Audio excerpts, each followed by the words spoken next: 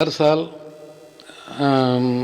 हमारे गुरुजी डॉक्टर अभिनव घनलिंगरुद्रमणि शिवाचार्य का जन्मोत्सव जो है ना 28 तारीख सितंबर 28 तारीख को यहाँ पर है। और उन्होंने जो है ना 27 तारीख को हर साल उनको लोगों में जागृति पैदा करने के लिए एक साल जो है ना दुश्चट छोड़ना बोलकर ये करे, एक साल जो है ना झाड़ा लगाने का ये करे। इस साल कोविड इसके बारे में भी जो है ना जागृति ये करे। और इस साल जो है ना प्लास्टिक मुक्त अभियान जो है ना उन्होंने शुरू करें करना बोलकर निर्धार करें। 27 तारीख को गांधी चौक से मडिवाल चौक तक जो है ना उनके साथ सभी लोग और सभी कॉलेज के बच्चे उनके साथ भागी हो रहे हैं।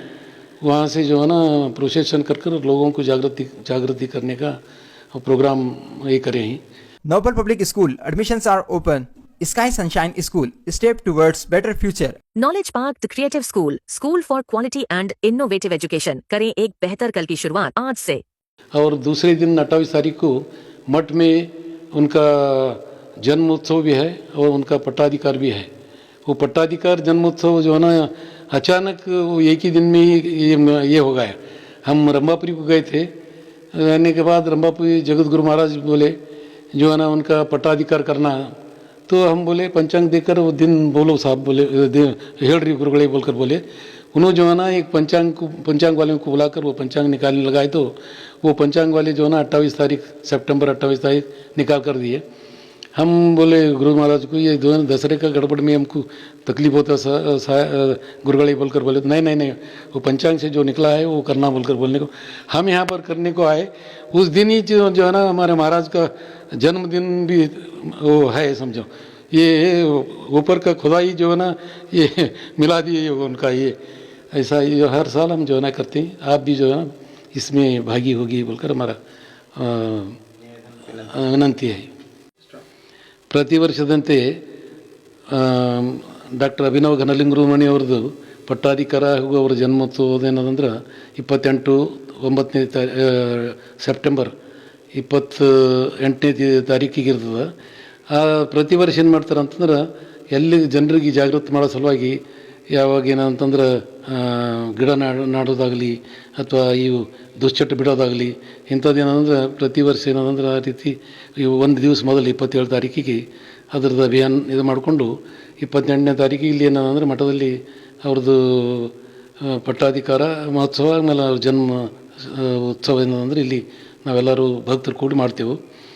ಅದೇ ರೀತಿ ಈ ವರ್ಷ ಏನದು ಅಂತಂದ್ರೆ ಪ್ಲಾಸ್ಟಿಕ್ ಮುಕ್ತ ಏನಂದ್ರೆ ಇದು ಮಾಡ್ಬೇಕಂಥೇಳಿ ಅವ್ರು ಸಂಕಲ್ಪ ಮಾಡಿ ಅವ್ರು ಏನಾದ್ರು 27ನೇ ತಾರೀಕಿಗೆ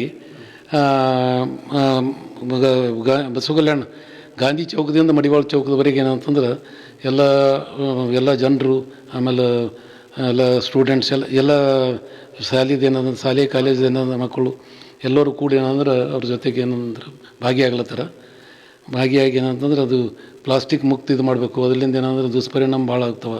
ಅದರಿಂದ ದನಗಳನ್ನು ತಿಂದು ಏನಂದ್ರೆ ಅವು ಪೂರ ಎಲ್ಲ ಪ್ಲಾಸ್ಟಿಕ್ ಹೊಟ್ಟೆಯೊಳಗೆ ಏನಂದ್ರೆ ಆಪ್ರೇಷನ್ ಮಾಡಿದಾಗ ಅದು ದನಗಳದ್ದು ಇದು ಹೊಂಟದು ಬರೀ ಪ್ಲಾಸ್ಟಿಕ್ 8-10 ಕಿಲೋ ಪ್ಲಾಸ್ಟಿಕ್ದಾಗಿ ದನಗಳನ್ನು ಸಾಯ್ಲತ್ತವೆ।